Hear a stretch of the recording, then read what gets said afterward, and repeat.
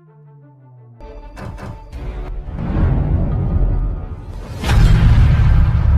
दोस्तों, this is mister दीवान। स्वागत है आप सबका हमारे चैनल वेल वर्ल्ड क्रिएटर में।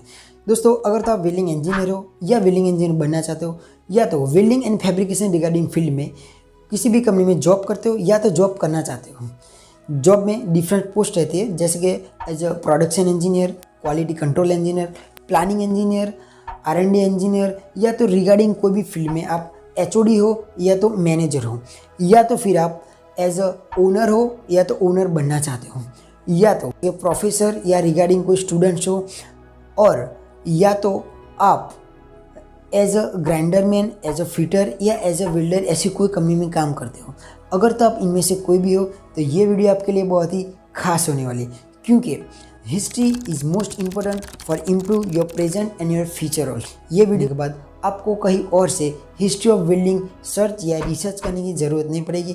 ये मेरा चैलेंज है। Latest fabrication world would be impossible without welding. So दोस्तों, आज का जो फैब्रिकेशन वर्ल्ड है वो ऐसा होता ही नहीं अगर वेल्डिंग की खोज ना हुई थी।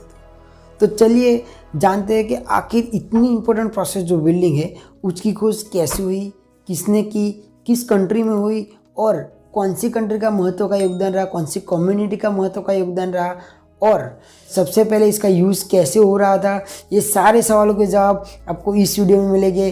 अंत तक देखते रहे, बहुत ही इंटरेस्टिंग वीडियो होने वाला है दोस्तों। सो दोस्तों, जब से ये पृथ्वी पे इंसान का जीवन अस्तित्व में आया, उस टाइम पे बहुत सारी चीज़ों की खोज हो रही थी, बहुत सारी चीज़ों की हिस्ट्री क्रिएट हो रही थी।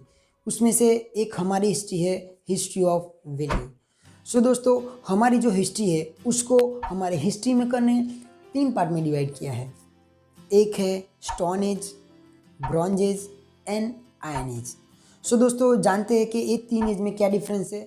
सो दोस्तों, जो स्टोन एज है तकरीबन जब से इंसान का पृथ्वी पे अस्तित्व हुआ तब जो स्टोन एज था वो तकरीबन 3.4 मिलियन ईयर तक का स्टोन एज रहा।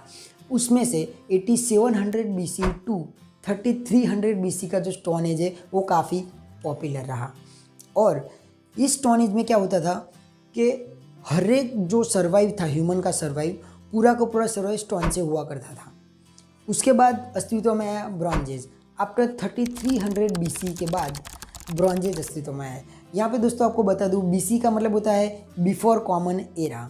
सो दोस्तों, ब्रॉन्ज एज के अंदर इन एंशिएंट इजिप्ट में, एंशिएंट इजिप्ट जो कि आज का जो इजिप्ट है उसका जो पास्ट है उसका भी प्री पास्ट, जिसको एंशिएंट इजिप्ट बोलते हैं।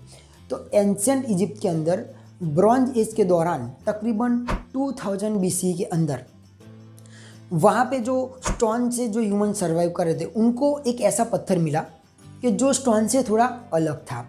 उन्होंने क्या किया, ये जो धीरे धीरे जो भी काम स्टोन से कर रहे थे उसको ब्रॉन्ज में कन्वर्ट करना स्टार्ट किया। उसके पहले 3500 BC में टीन भी मिल चुका था दोस्तों, टीन मेटल भी मिल चुका था। उसके बाद उन्होंने जब ब्रॉन्ज देखा तो उनको लगा कि ऐसी बहुत सारी मेटल ज़मीन के अंदर होगी। तो उसके बाद उन्होंने कॉपर ढूंढा, कॉपर, फिर गोल्ड, सिल्वर, ये सारे जो मेटल्स थे धीरे धीरे उन्होंने फिल्टर्स करके ढूंढे। तो उस टाइम पे दोस्तों क्या हुआ कि उनका जो सारा सर्वे था अभी स्टोन से लेके धीरे धीरे मेटल पे आ गया। लेकिन उसमें क्या था, कोई यूनिक प्रोसेस से या यूनिक कोई ज्वेलरी वो नहीं बना रहे थे, यूनिक टूल्स नहीं बना रहे थे। जो भी उनका टूल्स था वो सारा सिंगल जॉइंट टूल था। तो ये जो इनका जो सारा जो टूल्स था वो एक जगह पे वो लोग रखते थे, जबकि उसका ज़रूरत पड़े तब यूज कर सके। तो दोस्तों, एक दिन क्या हुआ, या कोई ऐसी मिस प्रोसेस की वजह से वहाँ पे जहाँ पे ये सब इंस्ट्रूमेंट रखे हुए थे, उनके जो टूल्स रखे हुए थे, वहाँ पे ज़ोरदार आग लग गई। ये आग दोस्तों इतनी भयानक थी कि तकरीबन 1 हफ्ते तक ये आग को कोई बुझा ना पाया।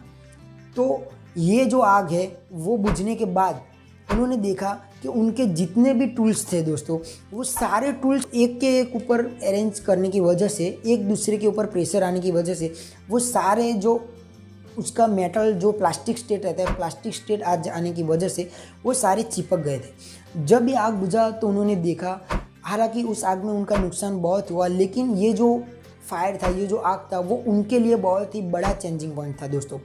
तो उन्होंने क्या किया, ये जो देखा प्रोसेस, तो उनको लगा कि आखिर ये जो आग है, ये इसको मेटल को गर्म करने के बाद ये एक दूसरे पे चिपक भी सकता है। तो उन्होंने फिर क्या किया, ऐसे यूनिक टूल्स बनाना स्टार्ट किया। और स्टार्टिंग में उनको फिर आइडिया आया कि अगर ये एक दूसरे के ऊपर रखने के बाद चिपक सकता है, तो हम जो टूल्स बनाते हैं क्यों ना उसके अंदर भी ये प्रोसेस का यूज़ किया जाए दोस्तों। तो उन्होंने क्या किया कि पहले जो सिंगल जॉइंट वाले बनाते थे उसकी जगह पे उन्होंने एज़ पर उनकी रिक्वायरमेंट के हिसाब से छोटे छोटे टूल्स को इकट्ठा करके जॉइन करके उसको गर्म करके प्रेशर देके उन्होंने unique tools, unique balls, unique jewelleries बनाना स्टार्ट किया और डिफरेंट टाइप्स ऑफ टूल्स बनाना स्टार्ट किया उनकी रिक्वायरमेंट के हिसाब से। और धीरे धीरे देखते देखते ये जो प्रेशर वेल्ड है, ये जो लैप जॉइंट, पहले आज का जो लैप जॉइंट है वो भी उस टाइम काफ़ी यूज़ होता था। तो ये प्रोसेस का यूज़ करके उन्होंने यूनिक ज्वेलरी बनाना स्टार्ट किया दोस्तों। सबसे पहले जो मेटल पे वेल्डिंग का प्रोसेस, ये जो फॉर्ज वेल्डिंग है, ये जो प्रेशर वेल्डिंग है, उस प्रोसेस का यूज़ किया गया था, वो मेटल का नाम है कॉपर।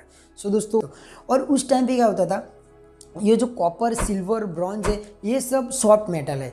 तो उसको मेल्ट करके उसको शेप देते थे। फिर कुछ जो यूनिक पार्ट था उसको एक दूसरे को चिपका के ये पूरा टूल्स तैयार करते थे दोस्तों। उसके बाद क्या हुआ कि ये जो सर्कुलर बॉक्स थे, सर्कुलर गोल्डन बॉक्स थे, जो टीन का, ब्रॉन्ज का जो इंस्ट्रूमेंट रहता था, उसको देख के वहाँ उस टाइम के लोगों को आइडिया है कि जब ये सॉफ्ट मेटल को हम वेल्डिंग करके इतना यूनिक ज्वेलरी बना सकते हैं, तो क्यों ना आयरन को भी इसमें यूज़ किया जाए। तो तकरीबन 1000 BC के बाद आयरन के ऊपर भी प्रोसेस करके उसके ऊपर भी वेल्डिंग करने का ट्राई किया गया और ऑब्वियसली वो भी सक्सेसफुल रहा। हालांकि उसमें बहुत सारी प्रोसेस और बहुत सारी रिसर्च हुई, लेकिन काफ़ी रिसर्च के बाद उनको सक्सेस मिली।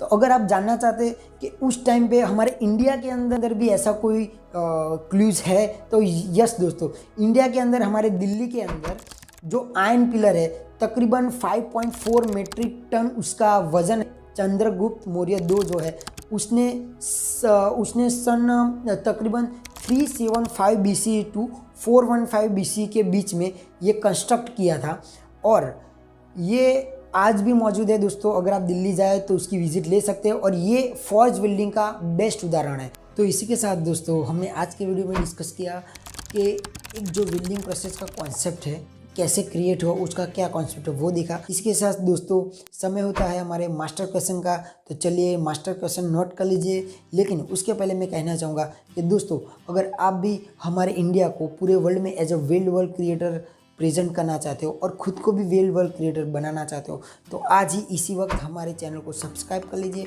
और हमारे फेसबुक पेज को भी फॉलो कर लीजिए। वहाँ भी मैं रेगुलर अपडेट्स करता रहता हूँ।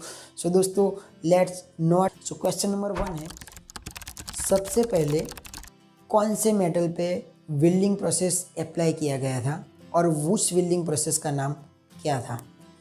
इसी के साथ रखिए आपका बहुत सारा ख्याल। मिलते हैं अगले वीडियो में, तब तक के लिए keep learning and keep grow with sweet smile. Thanks for